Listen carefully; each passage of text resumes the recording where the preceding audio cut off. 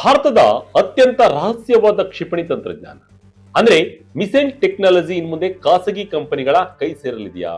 S, ಇವತ್ತು ಭಾರತದ defence sector ಅಥವಾ ರಕ್ಷಣಾ ವಲಯದಲ್ಲಿ ಒಂದು ಬಹುದೊಡ್ಡ ಐತಿಹಾಸಿಕ ನಿರ್ಧಾರ ಹೊರಬಿದ್ದಿದೆ. ಭಾರತದ ಶಸ್ತ್ರಾಸ್ತ್ರ ಉತ್ಪಾದನೆ ಹಾಗೂ ಆತ್ಮನಿರ್ಭರತೆಯ ಕನಸಿಗೆ ಬಹುದೊಡ್ಡ ಬೂಸ್ಟ್ ಸಿಕ್ಕಿದೆ. ಹೌದು, ನಮ್ಮ ರಕ್ಷಣಾ ಸಚಿವ ರಾಜನಾಥ್ ಸಿಂಗ್ ರವರು ಒಂದು ಬಿಗ್ ಅಪ್ರೂವಲ್ ಅನ್ನು ಕೊಟ್ಟಿದ್ದಾರೆ. ಅದೇನಪ್ಪಾ ಅಂದ್ರೆ ಇನ್ನು ಮುಂದೆ DRDO ಡೆವಲಪ್ ಮಾಡಿರುವ ಎಲ್ಲಾ ಸಾಂಪ್ರದಾಯಿಕ ಕ್ಷಿಪಣಿ ಅಂದ್ರೆ ಕನ್ವೆನ್ಷನಲ್ ಮಿಸೈಲ್ ಸಿಸ್ಟಮ್ಗಳ ಟೆಕ್ನಾಲಜಿಯನ್ನ ನಮ್ಮ ದೇಶದ ಡೊಮೆಸ್ಟಿಕ್ ಡಿಫೆನ್ಸ್ ಕಂಪನಿಗಳಿಗೆ ಅಂದ್ರೆ ಖಾಸಗಿ ಇಂಡಸ್ಟ್ರಿಗಳಿಗೆ ಟ್ರಾನ್ಸ್ಫರ್ ಮಾಡಲಾಗುತ್ತೆ. ನಿಮಗೆಲ್ಲ ಅನ್ನಿಸ್ಬೋದು ಇದೇನ್ ಮಹಾ ನ್ಯೂಸ್ ಅಂತ. ಆದ್ರೆ ಜಿಯೋಪಾಲಿಟಿಕ್ಸ್ ಹಾಗೂ ಡಿಫೆನ್ಸ್ ಮ್ಯಾನುಫ್ಯಾಕ್ಚರಿಂಗ್ ಆಂಗಲ್ ನಲ್ಲಿ ನೋಡಿದ್ರೆ ಇದು ಅಂತಿಂತ ಡೆವಲಪ್ಮೆಂಟ್ ಅಲ್ಲ. ನ್ಯೂ ಡೆಲ್ಲಿ ಈಗ ರಷ್ಯಾ ಸೇರಿದಂತೆ ವಿದೇಶಗಳಿಂದ ಶಸ್ತ್ರಾಸ್ತ್ರಗಳನ್ನ ಇಂಪೋರ್ಟ್ ಮಾಡಿಕೊಳ್ಳೋದನ್ನ ಕಟ್ ಡೌನ್ ಮಾಡಿ ನಮ್ಮದೇ ದೇಶದಲ್ಲಿ ಸ್ಟ್ರಾಂಗ್ ಡಿಫೆನ್ಸ್ ಮ್ಯಾನುಫ್ಯಾಕ್ಚರಿಂಗ್ ಎಕೋಸಿಸ್ಟಮ್ ಕಟ್ಟೋಕೆ ಹೊರಟಿದೆ. ಹಾಗಾದ್ರೆ ಈ ಟ್ರಾನ್ಸ್ಫರ್ ಆಫ್ ಟೆಕ್ನಾಲಜಿ ಹಿಂದಿನ ಅಸಲಿ ಗೇಮ್ ಪ್ಲಾನ್ ಏನು? ಇದರಿಂದ ಯಾರಿಗೆ ಲಾಭ? ಖಾಸಗಿ ಕಂಪನಿಗಳಿಗೆ ಮಿಸೈಲ್ ಟೆಕ್ನಾಲಜಿ ಕೊಡೋದ್ರಿಂದ ಏನೆಲ್ಲ ರಿಸ್ಕ್ ಇದೆ? ಈ ಎಲ್ಲ ಡೀಟೇಲ್ಸ್ ಅನ್ನ ಇವತ್ತಿನ ವಿಡಿಯೋದಲ್ಲಿ ಎಕ್ಸ್ಪ್ಲೇನ್ ಮಾಡ್ತೀನಿ. ಎಲ್ಲೂ ಸ್ಕಿಪ್ ಮಾಡದೆ ಕೊನೆವರೆಗೂ ಈ ವಿಡಿಯೋ ನೋಡಿ. ರಕ್ಷಣಾ ಕ್ಷೇತ್ರದಲ್ಲಿ ಬಿಗ್ ರಿಸ್ಕ್ ತಗೊಂಡ ಭಾರತ.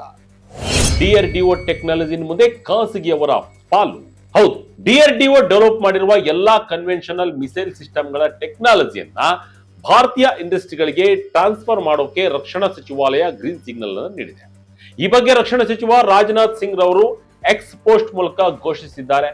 ಇದು ದೇಶದ ರಕ್ಷಣಾ ವ್ಯವಸ್ಥೆಗೆ ಬಿಗ್ ಬೂಸ್ಟ್ ನೀಡಿದೆ. ಇದರ ಮುಖ್ಯ ಉದ್ದೇಶ ಮಿಸೈಲ್ ಪ್ರೋಗ್ರಾಂಗಳನ್ನ ಕೇವಲ ಡೆವಲಪ್ಮೆಂಟ್ ಸ್ಟೇಜ್ ನಿಂದ ಹೊರತಂದು ಇಂಡಸ್ಟ್ರಿಯಲ್ ಸ್ಕೇಲ್ ಮ್ಯಾನುಫ್ಯಾಕ್ಚರಿಂಗ್ಗೆ ಅಂದ್ರೆ ದೊಡ್ಡ ಮಟ್ಟದಲ್ಲಿ ಉತ್ಪಾದನೆ ಮಾಡುವ ಹಂತಕ್ಕೆ ತೆಗೆದುಕೊಂಡು ಹೋಗೋದು. ಆದ್ರೆ ನೆನಪಿರಲಿ, ಇದು ಎಲ್ಲರಿಗೂ ಸಿಗುವ ಫ್ರೀ ಲೈಸೆನ್ಸ್ ಅಲ್ಲ. ಈ ಟೆಕ್ನಾಲಜಿ ಬೇಕು ಅಂದ್ರೆ ಆ ಕಂಪನಿಗಳಿಗೆ ಕ್ವಾಲಿಫಿಕೇಶನ್, ಸರ್ಟಿಫಿಕೇಶನ್, ಸೆಕ್ಯೂರಿಟಿ ಕ್ಲಿಯರೆನ್ಸ್ ಹಾಗೂ ರೆಗ್ಯುಲೇಟರಿ ಅಪ್ರೂವಲ್ಸ್ ಕಡ್ಡಾಯವಾಗಿ ಇರಬೇಕು. ಮೊದಲೆಲ್ಲ ಏನಾಗ್ತಿತ್ತು ಅಂದ್ರೆ DRDO ಒಂದು ಮಿಸೈಲ್ ಡಿಸೈನ್ ಮಾಡಿ ಟೆಸ್ಟ್ ಅನ್ನ ಮಾಡ್ತಿತ್ತು. ಆಮೇಲೆ ಅದನ್ನ ಉತ್ಪಾದನೆ ಮಾಡುವ ಜವಾಬ್ದಾರಿಯನ್ನ ಡಿಫೆನ್ಸ್ PSUಗಳಿಗೆ ಕೊಡ್ತಿತ್ತು. ಖಾಸಗಿ ಕಂಪನಿಗಳು ಕೇವಲ ಸಣ್ಣ ಪುಟ್ಟ ಪಾರ್ಟ್ಸ್ ಸಪ್ಲೈ ಮಾಡುವ ಸಬ್ ಕಾಂಟ್ರಾಕ್ಟರ್ ಆಗಿ ಮಾತ್ರ ಇರ್ತಿದ್ವು. ಆದ್ರೆ ಹೊಸ ಪ್ಲಾನ್ ಪ್ರಕಾರ ಕ್ವಾಲಿಫೈಡ್ ಆದ ಇಂಡಿಯನ್ ಕಂಪನಿಗಳು ಇನ್ನು ಮುಂದೆ ಡೆವಲಪ್ಮೆಂಟ್ ಕಮ್ ಪ್ರೊಡಕ್ಷನ್ ಪಾರ್ಟ್ನರ್ಸ್ ಆಗ್ತಾರೆ. ಅಂದ್ರೆ ಅಸೆಂಬ್ಲಿ, ಇಂಟಿಗ್ರೇಷನ್, ಟೆಸ್ಟಿಂಗ್ ಎಲ್ಲದರಲ್ಲೂ DRDO ಜೊತೆ ಖಾಸಗಿ ಕಂಪನಿಗಳು ಕೈ ಜೋಡಿಸ್ತಾರೆ. ರಿಪೋರ್ಟ್ಸ್ ಪ್ರಕಾರ ಅಸ್ತ್ರ, ಆಕಾಶ್ ನಾಗ್ ಮತ್ತು ಪ್ರಳಯನಂತಹ ಮಿಸೈಲ್ಗಳು ಈ ಫ್ರೇಮ್ವರ್ಕ್ ಅಡಿಯಲ್ಲಿ ಬರುವ ಸಾಧ್ಯತೆಗಳು ದಟ್ಟವಾಗಿವೆ. ಈ ನಿರ್ಧಾರ ಯಾಕೆ ಅಷ್ಟು ಇಂಪಾರ್ಟೆಂಟ್? ಖಾಸಗಿ ವಲಯಕ್ಕೆ ಮಿಸೈಲ್ ಸಿಕ್ಕರೆ ಏನಾಗುತ್ತೆ? ಈಗ ಈ ಟೆಕ್ನಾಲಜಿ ಟ್ರಾನ್ಸ್ಫರ್ ನಿಂದ ಆಗುವ ಮೇಜರ್ ಅಡ್ವಾಂಟೇಜಸ್ ಏನು ಅಂತ ಒಂದೊಂದಾಗಿ ನಾವು ನೋಡ್ತಾ ಹೋಗೋಣ. ಫಸ್ಟ್ ಬಂದ್ಬಿಟ್ಟು ಫಾಸ್ಟರ್ ಪ್ರೊಡಕ್ಷನ್. ನಮ್ಮ ದೇಶದಲ್ಲಿ ಯಾವಾಗಲೂ ಒಂದು ಪ್ರಾಬ್ಲಮ್ ಇದೆ. ಮಿಸೈಲ್ ಟ್ರಯಲ್ ಸಕ್ಸಸ್ ಆದ್ಮೇಲೂ ಅದರ ಲಾರ್ಜ್ ಸ್ಕೇಲ್ ಪ್ರೊಡಕ್ಷನ್ ಆಗೋಕೆ ವರ್ಷಗಳೇ ಬೇಕಾಗ್ತದೆ. ಈಗ ಡೆವಲಪ್ಮೆಂಟ್ ಸ್ಟೇಜ್ ನಲ್ಲಿ ಖಾಸಗಿ ಕಂಪನಿಗಳನ್ನ ಇನ್ವಾಲ್ವ್ ಮಾಡಿದ್ರೆ ಟ್ರಯಲ್ಸ್ ಮುಗಿದ ತಕ್ಷಣ ಫಾಸ್ಟ್ ಆಗಿ ನೂರಾರು ಮಿಸೈಲ್ಸ್, ಸ್ಪೇರ್ ಪಾರ್ಟ್ಸ್ ಹಾಗೂ ರಿಪ್ಲೇಸ್ಮೆಂಟ್ ಸ್ಟಾಕ್ ರೆಡಿ ಮಾಡಬಹುದು. ಇನ್ನು ಎರಡನೇದು ಪ್ರೊಡಕ್ಷನ್ ಕೆಪಾಸಿಟಿ ಹೆಚ್ಚಳ. ಕೇವಲ ಒಂದೇ ಒಂದು ಸರ್ಕಾರಿ ಏಜೆನ್ಸಿಗೆ ಪ್ರೊಡಕ್ಷನ್ ಕೊಟ್ರೆ ಮ್ಯಾನ್ ಪವರ್ ಅಥವಾ ಮೆಷಿನರಿ ಕೊರತೆಯಿಂದ ಬಾಟಲ್ ನೆಕ್ ಆಗುತ್ತೆ. ಆದ್ರೆ ಮಲ್ಟಿಪಲ್ ಖಾಸಗಿ ಕಂಪನಿಗಳು ಇದ್ರೆ ಯುದ್ಧದಂತಹ ಕ್ರೈಸಿಸ್ ಟೈಮ್ ನಲ್ಲಿ ನಮಗೆ ನಿರಂತರವಾಗಿ ಮಿಸೈಲ್ ಗಳನ್ನ ಸಪ್ಲೈ ಮಾಡುವ ಕೆಪಾಸಿಟಿ ಬಿಲ್ಡ್ ಆಗುತ್ತೆ. ಆದ್ದರಿಂದ ಈ ನಿರ್ಧಾರ ಗೇಮ್ ಚೇಂಜರ್. ಇನ್ನು ಮೂರನೇ ಅನುಕೂಲ ಏನಂದ್ರೆ ಇಂಪೋರ್ಟ್ ಡಿಪೆಂಡೆನ್ಸ್ ಕಡಿತ. ನಾವು ರಷ್ಯಾ ಅಥವಾ ಬೇರೆ ವಿದೇಶಿ ಸಪ್ಲೈಯರ್ಸ್ ಮೇಲೆ ಡಿಪೆಂಡ್ ಆಗೋದನ್ನ ಇದು ಕಡಿಮೆ ಮಾಡುತ್ತೆ. ಜಿಯೋಪೊಲಿಟಿಕಲ್ ಪ್ರೆಷರ್ಸ್, ಸ್ಯಾಂಕ್ಷನ್ಸ್ ಅಥವಾ ವಿದೇಶಿ ವಿನಿಮಯದ ಏರಿಳಿತದಿಂದ ನಮ್ಮ ಸೇನೆಗೆ ಆಗುವ ತೊಂದರೆ ತಪ್ಪುತ್ತೆ. ಇನ್ನು ಈ ನಿರ್ಧಾರದಿಂದ ಪ್ರೈವೇಟ್ ಸೆಕ್ಟರ್ಗೆ ಬೂಸ್ಟ್ ಸಿಗಲಿದೆ. ಇನ್ನು ಮುಂದೆ DRDO ಕೇವಲ ರಿಸರ್ಚ್ ಮತ್ತು ನೆಕ್ಸ್ಟ್ ಜನರೇಷನ್ ಸಿಸ್ಟಮ್ ಮೇಲೆ ಫೋಕಸ್ ಅನ್ನ ಮಾಡಬಹುದು. ಖಾಸಗಿ ಕಂಪನಿಗಳು ತಮ್ಮ capital automation, modern manufacturing process ಮೂಲಕ ಪ್ರೊಡಕ್ಷನ್ ಸ್ಪೀಡ್ ಹೆಚ್ಚಿಸುತ್ತಾರೆ. ಈ ಕಾರಣಕ್ಕೆ ಕೇಂದ್ರದ ಟೆಕ್ನಾಲಜಿ ಟ್ರಾನ್ಸ್ಫರ್ ಡಿಸಿಷನ್ ಮಹತ್ವದಾಗಿದೆ. ಖಾಸಗಿ ಕಂಪನಿಗೆ ಮಿಸೈಲ್ ಕೊಟ್ಟರೆ ಏನು ಲಾಭ?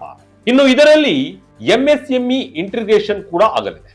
ಮಿಸೈಲ್ ಅಂದ್ರೆ ಕೇವಲ ಒಂದು ಸಿಂಗಲ್ ಐಟಮ್ ಅಲ್ಲ, ಅದರಲ್ಲಿ ಸಾವಿರಾರು ಕಾಂಪೋನೆಂಟ್ಸ್ ಇರುತ್ತೆ.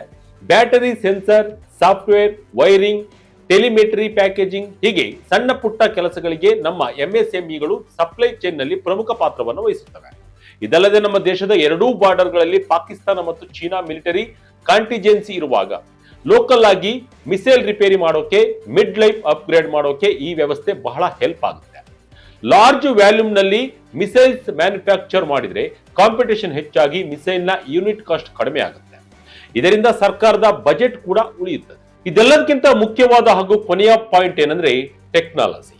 ಇದೆಲ್ಲದಕ್ಕಿಂತ ಮುಖ್ಯವಾಗಿ ಗೈಡೆನ್ಸ್ ಸಿಸ್ಟಮ್, ಪ್ರೊಪಲ್ಷನ್ಸ್, ಏರೋಸ್ಪೆಕ್ಟರ್ಸ್, ಸೀಕರ್ ಟೆಕ್ನಾಲಜಿಗಳನ್ನ ಖಾಸಗಿ ಕಂಪನಿಗಳು ಕಲಿಯೋದ್ರಿಂದ ಮುಂದೊಂದು ದಿನ ಸ್ವಂತವಾಗಿ ತಾವೇ ಹೊಸ ಮಿಸೈಲ್ ಡಿಸೈನ್ ಮಾಡುವ ಲೆವೆಲ್ಗೆ ಭಾರತೀಯ ಕಂಪನಿಗಳು ಬೆಳೆಯುತ್ತವೆ. ಇದಕ್ಕೆ ಪುಷ್ಟಿ ನೀಡುವಂತೆ ಕಳೆದ 5 ವರ್ಷಗಳಲ್ಲಿ ಇಂಡಿಯನ್ ಏರ್ ಫೋರ್ಸ್ ತನ್ನ ಆಪರೇಷನಲ್ ಫೈಟರ್ ಸ್ಪೇಸ್ ನಲ್ಲಿ 97% ಸ್ವದೇಶೀಕರಣ ಮಾಡಿದೆ. ಅಂದ್ರೆ ಇಂಡಿಯಾದಲ್ಲೇ ಉತ್ಪಾದನೆ ಆಗುವ ಮೇಡ್ ಇನ್ ಇಂಡಿಯಾ ಪ್ರಾಡಕ್ಟ್ ಗಳನ್ನ ಬಳಸುತ್ತಿವೆ. ಅಲ್ಲದೆ ಕಳೆದ ವಾರವಷ್ಟೇ 3,000 ಕೋಟಿ ರೂಪಾಯಿಗೂ ಹೆಚ್ಚು ಬಿಸಿನೆಸ್ ಪೊಟೆನ್ಷಿಯಲ್ ಇರುವ 405 ಡಿಫೆನ್ಸ್ ಐಟಂಗಳನ್ನ ಸ್ಥಳೀಯವಾಗಿ ಉತ್ಪಾದಿಸುವ ಲೀಸ್ಟ್ ಅನ್ನು ಕೂಡ ಸಚಿವಾಲಯ ರಿಲೀಸ್ ಮಾಡಿದೆ. ಈ ಮೂಲಕ ಭಾರತದ ರಕ್ಷಣಾ ಜಗತ್ತು ಮತ್ತೊಂದು ಕಡೆ ತೆರೆದುಕೊಂಡಿದೆ. ಖಾಸಗಿಯವರ ಕೈಗೆ ಮಿಸೈಲ್ ಟೆಕ್ನಾಲಜಿ ಹೋದ್ರೆ ರಿಸ್ಕ್ ಇಲ್ವಾ? ವೀಕ್ಷಕರು, ಇದೆಲ್ಲ ಕೇಳೋಕೆ ಬಹಳ ಖುಷಿ ಆಗುತ್ತೆ. ಆದ್ರೆ ಈ ನಿರ್ಧಾರದ ಹಿಂದೆ ದೊಡ್ಡ ದೊಡ್ಡ ರಿಸ್ಕ್ ಮತ್ತು ಡಿಸ್ಅಡ್ವಾಂಟೇಜ್ಗಳು ಕೂಡ ಇವೆ. ಸರ್ಕಾರ ಇದನ್ನ ಸರಿಯಾಗಿ ಹ್ಯಾಂಡಲ್ ಮಾಡಿಲ್ಲ ಅಂದ್ರೆ ದೊಡ್ಡ ಅನಾಹುತವೇ ಆಗ್ಬಹುದು. ಆ ರಿಸ್ಕ್ಗಳು ಏನ್ ಗೊತ್ತಾ? ಮೊದಲನೇದಾಗಿ ಬರೋದೇ ಸೆಕ್ಯೂರಿಟಿ ಮತ್ತು ಟೆಕ್ನಾಲಜಿ ಲೀಕೇಜ್. ಮಿಸೈಲ್ ಟೆಕ್ನಾಲಜಿ ಅಂದ್ರೆ ಅದರಲ್ಲಿ algorithms, propellant chemistry, warhead design, flight control software ಎಲ್ಲವೂ ಇರುತ್ತೆ. ಖಾಸಗಿ ಕಂಪನಿಗಳ 100 ಉದ್ಯೋಗಿಗಳು, ಕಾಂಟ್ರಾಕ್ಟರ್ಸ್, ಕ್ಲೌಡ್ ಸ್ಟೋರೇಜ್ಗಳ ನಡುವೆ ಈ ಡೇಟಾ ಹಂಚಿಕೆ ಹೋದಾಗ cyber security problem, insider threats, ಶತ್ರು ರಾಷ್ಟ್ರಗಳ ಬೇಹುಗಾರಿಕೆ ರಿಸ್ಕ್ ವಿಪರೀತವಾಗುತ್ತೆ.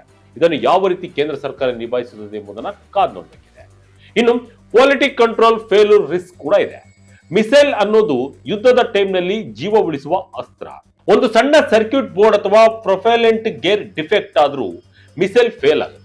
ಖಾಸಗಿ ಕಂಪನಿಗಳು ಲಾಭ ಮಾಡುವ ಆಸೆಗೆ ಸ್ಟ್ಯಾಂಡರ್ಡ್ ಇಲ್ಲದ ಮೆಟೀರಿಯಲ್ ಬಳಸಿದ್ರೆ, ಸರಿಯಾದ ಇನ್ಸ್ಪೆಕ್ಷನ್ ಮಾಡದೇ ಇದ್ರೆ ಕಷ್ಟ. ಕೇವಲ ISO 9001 ಸರ್ಟಿಫಿಕೇಟ್ ಇದ್ರೆ ಸಾಲದು. DRDO ಕಠಿಣವಾದ ಆಡಿಟ್ ಮಾಡಲೇಬೇಕು, ಇಲ್ಲದಿದ್ದರೆ ಸಮಸ್ಯೆ ಸೃಷ್ಟಿಯಾಗುವ ಸಾಧ್ಯತೆ ಇದೆ. ಇದರ ಜೊತೆ ದೊಡ್ಡ ಕಂಪನಿಗಳ ಏಕಸ್ವಾಮ್ಯದ ಸವಾಲು ಕೂಡ ಎದುರಾಗಲಿದೆ. ರಿಪೋರ್ಟ್ಸ್ ಪ್ರಕಾರ ಈ ಟೆಕ್ನಾಲಜಿ ಪಡಿಬೇಕು ಅಂದ್ರೆ ಮಿನಿಮಮ್ 100 ಕೋಟಿ ಟರ್ನ್ ಓವರ್ ಇರಲೇಬೇಕು. ಕಳೆದ 5 ವರ್ಷದಲ್ಲಿ 2 ವರ್ಷ ಪ್ರಾಫಿಟ್ ಮಾಡಿರಬೇಕು. ಇದು ದೊಡ್ಡ ದೊಡ್ಡ ಡಿಫೆನ್ಸ್ ಕಂಪನಿಗಳಿಗೆ ಮಾತ್ರ ಸಾಧ್ಯ. ಇದರಿಂದ ಹೊಸ ಸ್ಟಾರ್ಟ್ಅಪ್ ಗಳಿಗೆ ಎಂಟ್ರಿ ಸಿಗದೆ ಕೇವಲ ಕೆಲವೇ ಕಂಪನಿಗಳು ಮಾತ್ರ ಇಡೀ ಡಿಫೆನ್ಸ್ ಮಾರ್ಕೆಟ್ ಅನ್ನ ರೂಲ್ ಮಾಡುವ ರಿಸ್ಕ್ ಇದೆ. ಇದರ ಜೊತೆ ಮಿಸೈಲ್ ಮ್ಯಾನುಫ್ಯಾಕ್ಚರ್ ಮಾಡೋಕೆ ಕೇವಲ ಫ್ಯಾಕ್ಟರಿ ಇದ್ರೆ ಸಾಲದು, ಎಕ್ಸ್ಪ್ಲೋಸಿವ್ ಹ್ಯಾಂಡಲ್ ಮಾಡೋಕೆ PSO ಲೈಸೆನ್ಸ್ ಬೇಕು, flight test speciality, secure data network ಬೇಕು. ಇಷ್ಟೆಲ್ಲ ಖರ್ಚು ಮಾಡಿ ಸರ್ಕಾರದಿಂದ ಸರಿಯಾದ ಆರ್ಡರ್ಸ್ ಬರಲಿಲ್ಲ ಅಂದ್ರೆ ಕಂಪನಿಗಳು ಲಾಸ್ ಆಗ್ತವೆ. ಇದೆಲ್ಲವನ್ನ ಕೇಂದ್ರ ರಕ್ಷಣಾ ಸಚಿವಾಲಯ ನಿಭಾಯಿಸಬೇಕಿದೆ. ಸರ್ಕಾರದ ಮುಂದೆ ಇದೆ ಬಿಗ್ ಚಾಲೆಂಜ್ಗಳು. ಇದರ ಜೊತೆ ಪ್ರೈವೇಟ್ ಪಾರ್ಟಿಸಿಪೇಷನ್ ಬಂದ್ರೆ ಎಲ್ಲವೂ ಚೀಪ್ ಆಗುತ್ತೆ ಅಂತ ಹೇಳೋಕ್ಕಾಗಲ್ಲ. ಕಂಪನಿಗಳು ತಮ್ಮ investment, security, infrastructure, profit margins ಎಲ್ಲ ಸೇರಿ ಮಿಸೈಲ್ ಬೆಲೆ ಹೆಚ್ಚಾಗುವ ಸಾಧ್ಯತೆಯೂ ಇರುತ್ತೆ. ಅದಲ್ಲದೆ ಟೆಕ್ನಾಲಜಿ ಕೊಟ್ಟರು ಕೂಡ ನಮ್ಮ ಸಿಸ್ಟಮ್ ನಲ್ಲಿ acceptance of necessity trials, contract negotiations ಅಂತ ಸರ್ಕಾರಿ ಪ್ರಕ್ರಿಯೆಗಳು ಲೇಟ್ ಆದ್ರೆ ಆರ್ಡರ್ ಸಿಗದೆ ಪ್ರೊಡಕ್ಷನ್ ಡಿಲೇ ಆಗುತ್ತೆ. ಇದರ ಜೊತೆ ಜವಾಬ್ದಾರಿಯೂ ಬರುತ್ತೆ. ಒಂದು ವೇಳೆ ಮಿಸೈಲ್ ಫೇಲ್ ಆದ್ರೆ ಅದು DRDO ಡಿಸೈನ್ ಫಾಲ್ಟಾ ಅಥವಾ ಪ್ರೈವೇಟ್ ಕಂಪನಿ ಮ್ಯಾನುಫ್ಯಾಕ್ಚರಿಂಗ್ ಫಾಲ್ಟಾ, ಯಾರು ಹೊಣೆ ಅನ್ನೋದು ಕನ್ಫ್ಯೂಷನ್ ಶುರುವಾಗುತ್ತೆ. ಇನ್ನು ಕೇವಲ ಅಸೆಂಬ್ಲಿ ಮಾಡೋದು ಮಾತ್ರ ಇಂಡಸ್ಟ್ರಿ ಮೆಚ್ಯೂರಿಟಿ ಅಲ್ಲ. ಪ್ರೈವೇಟ್ ಕಂಪನಿಗಳು ಸ್ವಂತವಾಗಿ ಅಪ್ಗ್ರೇಡ್ ಮಾಡುವ ಲೆವೆಲ್ಗೆ ಬೆಳೆಯಲಿಲ್ಲ ಅಂದ್ರೆ ಮತ್ತೆ ಪ್ರತಿಯೊಂದಕ್ಕೂ DRDO ಮೇಲೆಯೇ ಡಿಪೆಂಡ್ ಆಗಬೇಕಾಗುತ್ತೆ. Export complications Bharat defence export ಮಾಡೋಕೆ ಹೊರಟಿದೆ.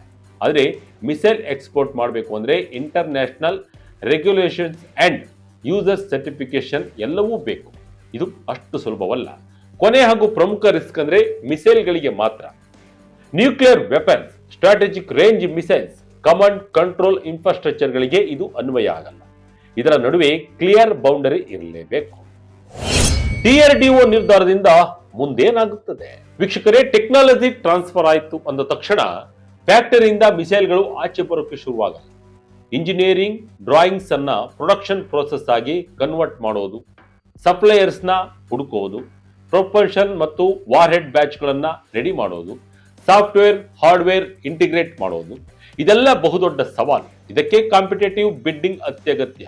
ಕೇವಲ ಕಡಿಮೆ ಬೆಲೆಗೆ ಯಾರು ಕೋಟ್ ಮಾಡ್ತಾರೋ ಅವರಿಗೆ ಪ್ರಾಜೆಕ್ಟ್ ಕೊಡಬಾರದು. ಅವರ ರಿಯಬಿಲಿಟಿ, ಪ್ರೊಡಕ್ಷನ್ ರೆಡಿನೆಸ್, ಸೈಬರ್ ಸೆಕ್ಯೂರಿಟಿ, ಹಿಂದಿನ ಪರ್ಫಾರ್ಮೆನ್ಸ್ ಎಲ್ಲವನ್ನು ನೋಡಿ ಆಯ್ಕೆ ಮಾಡಬೇಕು. ಸರ್ಕಾರ ಟ್ರಾನ್ಸ್ಪರೆಂಟ್ ಆದ ರೂಲ್ಸ್ ತರಬೇಕು. 2ಕ್ಕಿಂತ ಹೆಚ್ಚು ಕ್ವಾಲಿಫೈಡ್ ಸೋರ್ಸ್ಗಳನ್ನ ಇಟ್ಕೊಳ್ಬೇಕು. ಜೊತೆಗೆ ಸೈಬರ್ ಸೆಕ್ಯೂರಿಟಿ ಪ್ರೋಟೋಕಾಲ್ ಹಾಗೂ ಎಂಎಸ್ಎಂಇಗಳಿಗೆ ಟೈಮ್ಗೆ ಸರಿಯಾಗಿ ಆರ್ಡರ್ಸ್ ಮತ್ತು ಪೇಮೆಂಟ್ ಸಿಗುವ ತರ ಸಿಸ್ಟಮ್ ತರಬೇಕು. ಒಟ್ಟಿನಲ್ಲಿ ಇದೊಂದು ಸ್ಟ್ರಾಟಜಿಕಲಿ ಪಾಸಿಟಿವ್ ನಿರ್ಧಾರ. ಭಾರತದ ಡೆವಲಪ್ಮೆಂಟ್ ಡಿಸೈನ್ಗಳನ್ನ ಮಾಡುವ, ಪ್ರೊಡಕ್ಷನ್ ಮಾಡುವ ದೊಡ್ಡ ಶಕ್ತಿ ಈಗ ಭಾರತೀಯ ಕಂಪನಿಗಳಿಗೆ ಸಿಗ್ತಾ ಇದೆ. ಬರೀ ಅಸೆಂಬ್ಲಿ ಮಾಡೋದನ್ನ ಬಿಟ್ಟು ಸೀಕರ್ಸ್, ಎಲೆಕ್ಟ್ರಾನಿಕ್ಸ್, ಪ್ರೊಪಲ್ಷನ್, ಇನ್ಪುಟ್ಸ್ ಎಲ್ಲವನ್ನು ಇಂಡಿಯಾದಲ್ಲೇ ಮ್ಯಾನುಫ್ಯಾಕ್ಚರ್ ಮಾಡಿದ್ರೆ ಮಾತ್ರ ಈ ಪಾಲಿಸಿ 100% ಸಕ್ಸಸ್ ಆಗುತ್ತೆ. ಕೇವಲ ಪೇಪರ್ ಮೇಲೆ ಟೆಕ್ನಾಲಜಿ ಟ್ರಾನ್ಸ್ಫರ್ ಆಗೋದಕ್ಕಿಂತ ರಿಯಲ್ ಆಗಿ ಸೈನ್ಯಕ್ಕೆ ಸಮಯಕ್ಕೆ ಸರಿಯಾಗಿ ಹೈ ಕ್ವಾಲಿಟಿ ಮಿಸೈಲ್ಗಳು ಡೆಲಿವರಿ ಆದಾಗ ಮಾತ್ರ ಈ ಮಾರ್ಚ್ ಸ್ಟೋಕ್ ನಿಜವಾದ ಅರ್ಥ ಪಡ್ಕೊಳ್ಳುತ್ತೆ. ಇಲ್ಲದಿದ್ರೆ ಇದು ಕೂಡ ಪೇಪರ್ ಹುಲಿ ಆಗುತ್ತದೆ. ನಿಮಗೆ ಅನಿಸಿದ್ದನ್ನ DRDO ಮಿಸೈಲ್ ಟೆಕ್ನಾಲಜಿನ ಖಾಸಗಿ ಕಂಪನಿಗಳಿಗೆ ಕೊಡುವ ನಿರ್ಧಾರ ಸರಿನಾ? ದೇಶದ ಮಿಸೈಲ್ ಸೀಕ್ರೆಟ್ ಉಳಿತಾವ? ನಿಮ್ಮ ಅಭಿಪ್ರಾಯವನ್ನು ಕಾಮೆಂಟ್ ಮೂಲಕ ತಿಳಿಸಿ. ಇದಾಗಿತ್ತು ಕ್ಷಣದ ಅಪ್ಡೇಟ್. ಇದೇ ರೀತಿಯಾದ ಅಪ್ಡೇಟ್ಗಳಿಗಾಗಿ Vijaya Karnataka website, YouTube page, Facebook page follow ಮಾಡ್ತಾ ಇರಿ. ಧನ್ಯವಾದಗಳು.